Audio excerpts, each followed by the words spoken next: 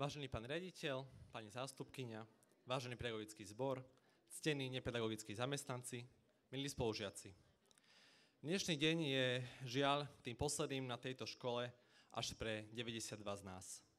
Dovoľte nám preto, aby sme sa tak ako mnoho študentov pred nami aj my s vami rozlúčili. Roky 2020 až 2024. To bol čas nášho štúdia na tomto gymnáziu. Boli to 4 roky, za ktoré sa nám toho toľko udialo. Na začiatok by som chcel zaspomínať ešte na náš prvý ročník. Naše poznávanie a zoznamovanie sa s gymnáziom aj medzi sebou navzájom už pár týždňov po začiatku roka zarezal COVID. Bolo to nešťastné, keďže sme tak nemohli plne nabehnúť na systém strednej školy. Potom po návrate do prezenčného fungovania sme museli veľa dobiehať.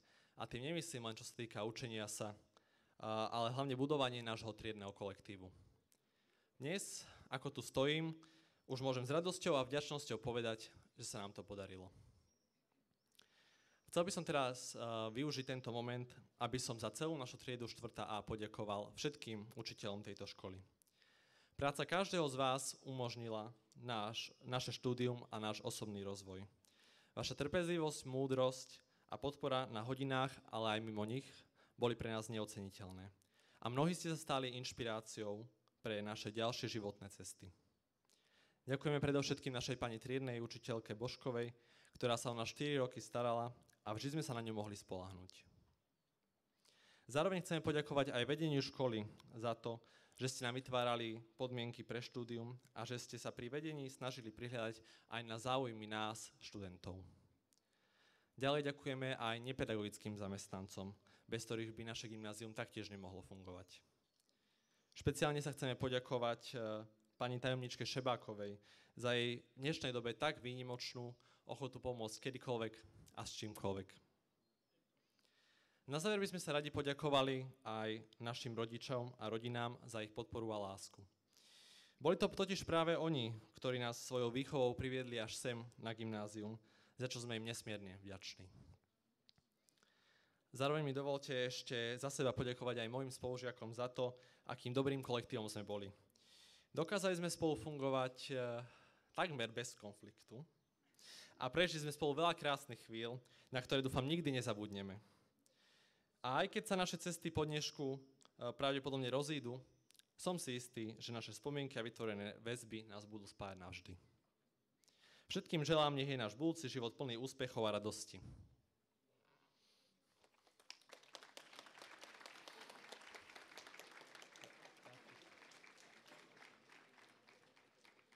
A teraz podľa starej tradície, ktorá sa nášmu ročníku žiaľ kvôli pandémii tiež vyhla, príde na rad odovzdávanie dedičstva od štvrtákov prvákom. Pre prvú vás sme si pripravili niečo praktické a aj niečo estetické. Poprosím triedu teraz prvá A, aby zdvihli ruky. Kde ste? Áno.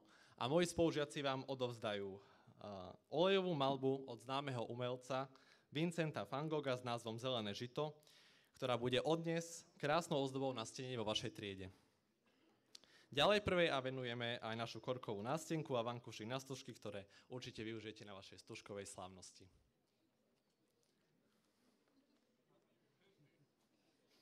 Tak, teraz ešte máme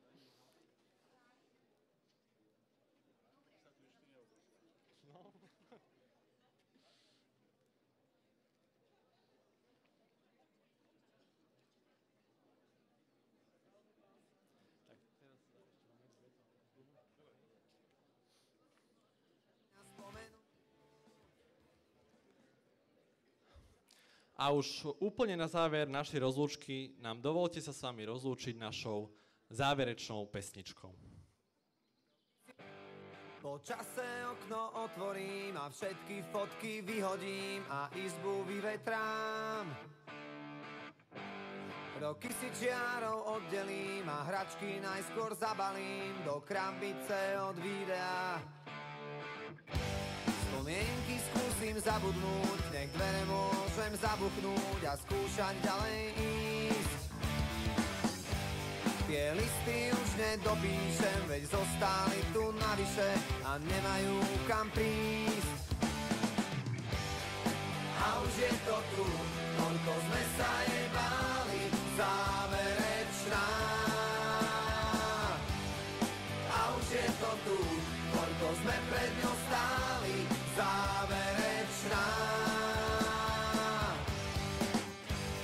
číslo isto vymažeš a spomienkam zakážeš si na mňa spomenúť. Koľko času zrazu zostáva a aj tak každý prehráva, kto skúša dobehnúť. Nemusím ťa mať pred sebou, no vidím ťa jak naživo, ja cítim to, čo ty. Tým ľahšie sa to hovorí, čím ťažšie to v nás prebolí, čas dá.